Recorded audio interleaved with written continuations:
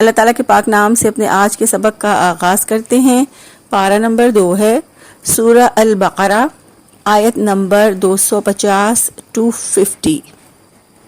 ارشاد باری تعالیٰ ہے وَلَمَّا بَرَزُوا لِجَالُوتَ وَجُنُودِهِ قَالُوا رَبَّنَا أَفْرِغْ عَلَيْنَا صَبْرًا وَثَبِّتْ أَقْدَامَنَا وَانصُرْنَا عَلَى الْقَوْمِ الْكَافِرِينَ۔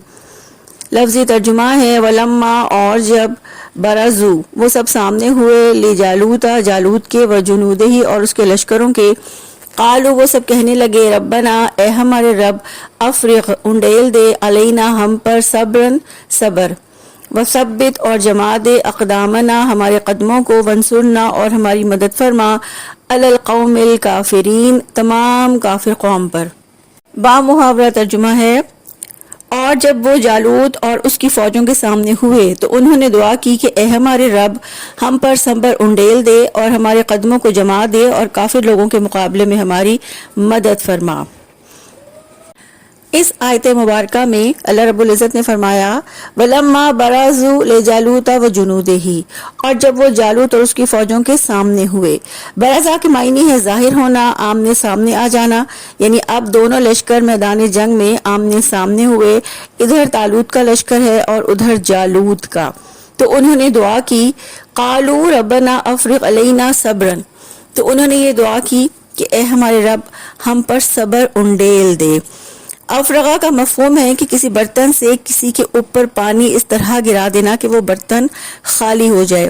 طالوت اور ان کے ساتھی اہل ایمان نے دشمن کے مد مقابل آنے پر یہ دعا کی کہ اے ہمارے پروردگار، ہم پر صبر کا فیضان فرما، یعنی صبر کی بارش فرما، صبر ہم پر انڈیل دے، یعنی ہمارے دلوں کو مضبوط کر دے اور ہمیں صبر کی توفیق عطا فرما دے۔ اس دعا سے یہ پتہ چلتا ہے کہ دل کی گھبراہٹ اور پریشانی کو اللہ تعالیٰ ہی دور کر سکتا ہے، اور وہی ہے جو سکینت نازل کرتا ہے اور دلوں کو مضبوط کرتا ہے۔ اور پھر ساتھ انہوں نے یہ بھی دعا کی وَثَبِّتْ أَقْدَامَنَا، اور ہمارے قدموں کو جما دے، یعنی ہمیں ثابت قدمی عطا فرما اور ہم میدان جنگ میں بھاگنے کے گناہ سے بچ جائیں، یعنی ہمیں جنگ کے میدان میں دشمن سے پیچھے ہٹنے سے بچا لے اور ثابت قدمی سے دشمن کا مقابلہ کرنے کی توفیق عطا فرما۔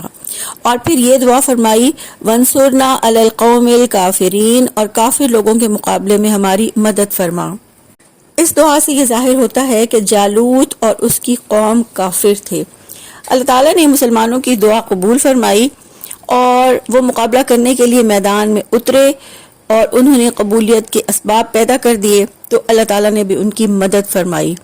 فتح اللہ تعالیٰ کے ہاتھ میں ہے، کیونکہ کائنات میں جو کچھ ہوتا ہے اللہ تعالیٰ کے حکم سے ہوتا ہے۔ مومن تو دراصل قدرت کا ایک ہاتھ ہے، ان کے ذریعے اللہ تعالیٰ جو چاہتا ہے کرتا ہے۔ مومن تو اللہ تعالیٰ کے غلام ہیں۔ اللہ تعالیٰ کا فضل ہے کہ اس نے اہم کردار ادا کرنے کا اعزاز بخشا، اور مومن کو یہ یقین ہوتا ہے کہ وہ ضرور اپنی منزل پر پہنچے گا، کیونکہ مومن کی نیت صاف ہوتی ہے، اس کے دل میں اخلاص ہوتا ہے اور اس کی توجہ اور دعاؤں کا مرکز اللہ تعالیٰ کی طرف ہوتا ہے۔ اس آیت مبارکہ سے ہمیں یہ بھی پتہ چلتا ہے کہ صرف مادی ساز و سامان پر بھروسہ نہیں، بلکہ اللہ تعالیٰ کی مدد پر بھروسہ رکھنا چاہیے، کیونکہ فتح اور شکست اللہ کے حکم سے ہے، حالات کی تبدیلی اللہ کے اختیار میں ہے۔ وہ چاہے تو ابرہہ کے لشکر کو چھوٹی چھوٹی چڑیوں سے بھی تباہ کر دیتا ہے۔ اس لیے مومن جنگی ساز و سامان کے ہونے کے باوجود اللہ کی مدد پر بھروسہ رکھتے ہوئے دشمن سے لڑتا ہے، اور یہ مومن کا اللہ تعالیٰ پر توکل ہی ہے کہ بدر کے میدان میں مسلمانوں کی ایک چھوٹی سی جماعت نے کفار کے ایک بہت بڑے شاندار لشکر کو شکست دے دی تھی۔